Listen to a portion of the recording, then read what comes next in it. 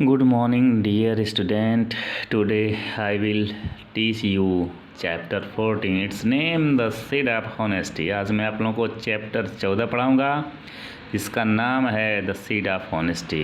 Seed मतलब बीज होता है, ऑनेस्टी माने ईमानदारी। इसका मतलब ईमानदारी का बीज। तो बच्चों आप लोग को पता है कि ईमानदारी का जो बीज है वह कितना ही मीठा होता है, सिग्निफिकेंट होता है फॉर एवरी पर्सन। तो इसमें जो स्टोरी है एक ऐसे पर्सन की है जो कि ईमानदारी से काम करता है और उसका जो बॉस होता है, बिजनेसमैन होता है, वह अपनी कंपनी के लिए एक नया सीईओ अपॉइंट करना चाहता है उन यंग एम्प्लॉय में से जो बेहतर हो, ईमानदार हो। तो वह उन लोगों को एक बीज देता है जो कि पहले से ही क्या रहता है, डैमेज रहता है। तो वह सभी लोगों को देता है कि भाई 1 साल के बाद आप लोग फिर हमें इस बीज को वापस ला के दिखाएंगे और जिसका पौधा इस बीज से हरा भरा होगा हम उसी को अपॉइंट करेंगे। इसमें से एक पर्सन होता है, वह घर पे जाता है, अपनी वाइफ को बताता है और सारी कहानी बताने के बाद वह इस पर काम करना शुरू करता है। अपने बीज को रेगुलर पानी देता है, उसकी मिट्टियों को फर्टिलाइज करता है, लेकिन उसमें बीज यानी अंकुरित जर्मिनेशन नहीं होता है और इससे वो बार बार घबरा जाता है। फिर भी वह कोशिश करना हार नहीं मानता है और धीरे धीरे करके दिन प्रतिदिन हफ्ते बीतते जाते हैं, लेकिन उसमें से कोई बीज अंकुरित नहीं होता है। आखिर में वह दिन आ जाता है, वह अपने इस बीज को यानी पॉट में जिसमें वो रोपा था उसको लेके नहीं जाना चाहता था, लेकिन बीबी के समझाने के बावजूद वह अपने पॉट को लेकर के अपने बिजनेसमैन के पास जाता है और ऑफिस में पीछे कमरे में बैठ जाता है। सारे एम्प्लॉय उसके पॉट को देख कर के हंसते हैं, लेकिन वह बहुत नर्वस हो जाता है इन सभी चीज़ों को देख के। बिजनेसमैन आते हैं और जब देखते हैं उस पर्सन को जो कि ऑफिस के पीछे छुपा रहता है, मतलब छिपने का मतलब ये है कि वह हेजिटेशन की वजह से और जैसा उसने सोचा था वैसा नहीं हुआ था, इसलिए वह सामने नहीं आता है। और वो जो बिजनेसमैन होते हैं वो इनको बुलाते हैं और पार्ट दिखाने के लिए बोलते हैं, तो ये दिखाता है।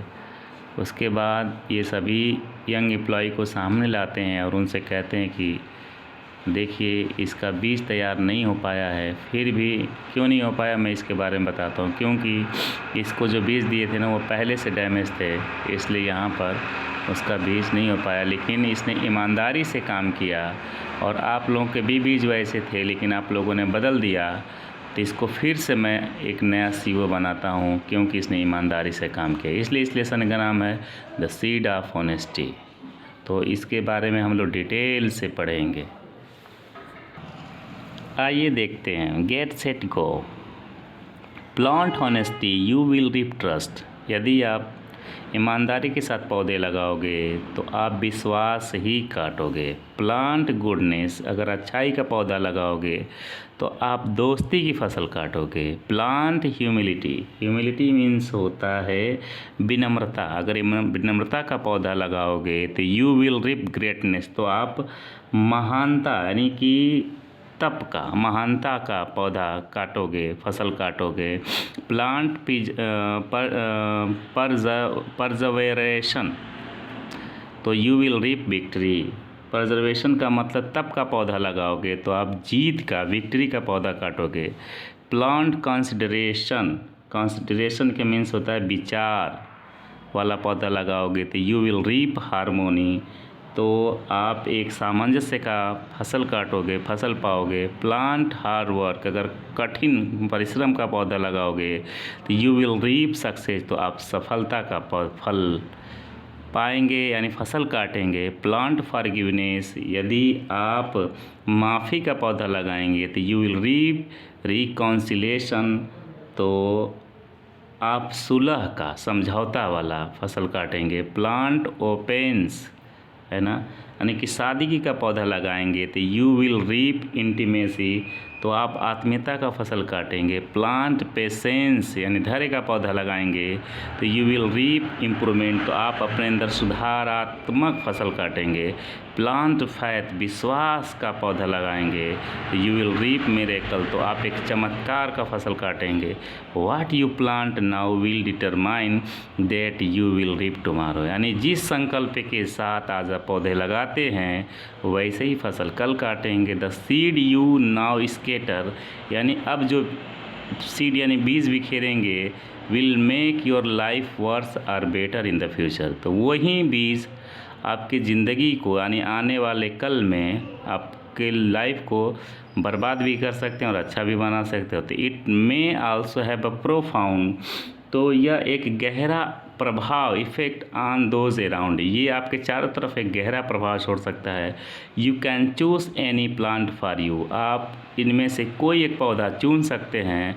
And could enjoy the fruit, और इनसे पाने वाले फल का आनंद ले सकते हैं। ऐसे चलते हैं। Light is more than some abstract unknowable energy force, unknowable energy force, unknowable मतलब अज्ञेय ऊर्जा शक्ति। Light is more than some, तो कुछ सार से क्या है, प्रकाश अधिक है। किसके? अज्ञेय ऊर्जा शक्ति से, कुछ सार से ये जो प्रकाश है वो अधिक है। लाइट इज़ ट्रूथ, प्रकाश सत्य है। इफ़ लाइज ट्रूथ, यदि प्रकाश सत्य है, then darkness must be light, तब तो अंधकार अवश्य ही दिख जाना चाहिए। ईच एंड एवरी लाई, हर प्रत्येक लाई मैंने झूठ, we tell to our self, जो हमारे बारे में बताएंगे। And other cast the shadow of separation upon us, and other cast the shadow मतलब अन्य जातियों की जो छाया, सेपरेशन मैंने अलगाव की, अपानस हम पर पड़ती है। Every time even the most mindful deception is revealed, तो एवरी टाइम हर पल, इवन द मोस्ट माने अधिकांश, माइंडल्स माने छोटे छोटे धोखे, डिसेप्शन इज रिवील्ड पता चलता है, इससे पता चलता है। And the truth is made known, और ट्रूथ बना देती है, जानी जाती है। We are reunited with the light, प्रकाश के साथ हम लोग फिर से इकट्ठे हो जाते हैं।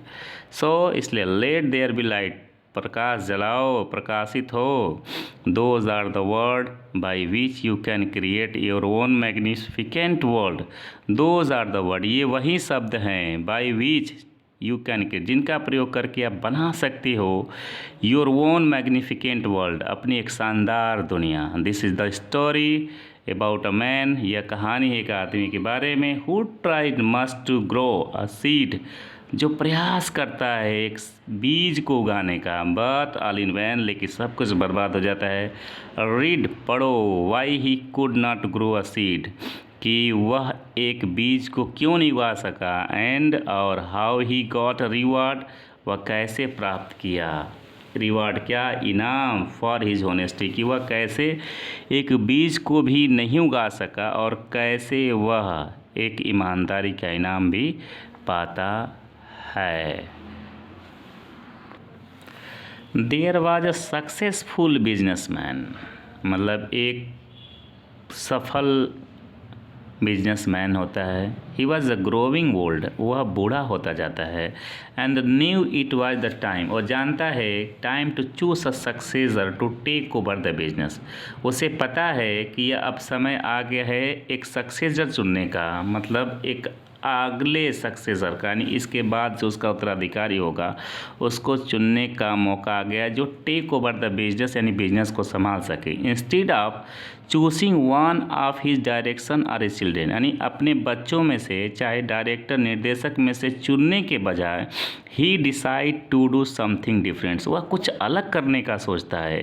ही called all the young executive in his company together, वह एक साथ अपनी कंपनी में काम कर रहे नौजवान एग्जीक्यूटिव को बुलाता है। ही सेड, वह कहता है, it is time for me यह समय है मेरे लिए टू स्टेप डाउन, उतर जाने का, हट जाने का, and choose the next CEO, और एक नया CEO चुनने का वक्त है। आई हैव डिसाइड, मैंने निर्णय ले लिया है, to choose one of you, कि आप में से एक को CEO बना दिया जाए। The young executive were shocked, जो नौजवान एग्जीक्यूटिव थे वे अचंभित थे। बट द बॉस कंटिन्यूड, लेकिन जो बॉस था वो लगातार बोले जा रहा था। I am going to give each one of you a seed today, आज मैं आप लोगों को एक बीज दूंगा। वन वेरी स्पेशल सीड, एक बहुत ही विशेष बीज। I want you to plant the seed, मैं आपको एक बीज दूंगा पौधा उगाने के लिए। वाटर इट, किसे आप पानी देंगे। And come back here 1 year from today, और आज से 1 साल बाद आप यहाँ लौटेंगे with what you have grown from the seed I have given you, कि what you have grown from the seed, कि इस बीज से आपने क्या उगाया है। आई हैव गिवन यू, जो बीज मैंने आप लोगों को दिया है। तो आज के लिए बस इतना ही। इसको रिवाइज़न करेंगे और इससे रिलेटिव सारे मीनिंग को आप लिखेंगे और इसको लर्न करेंगे। Okay bye, have a nice day, thank you.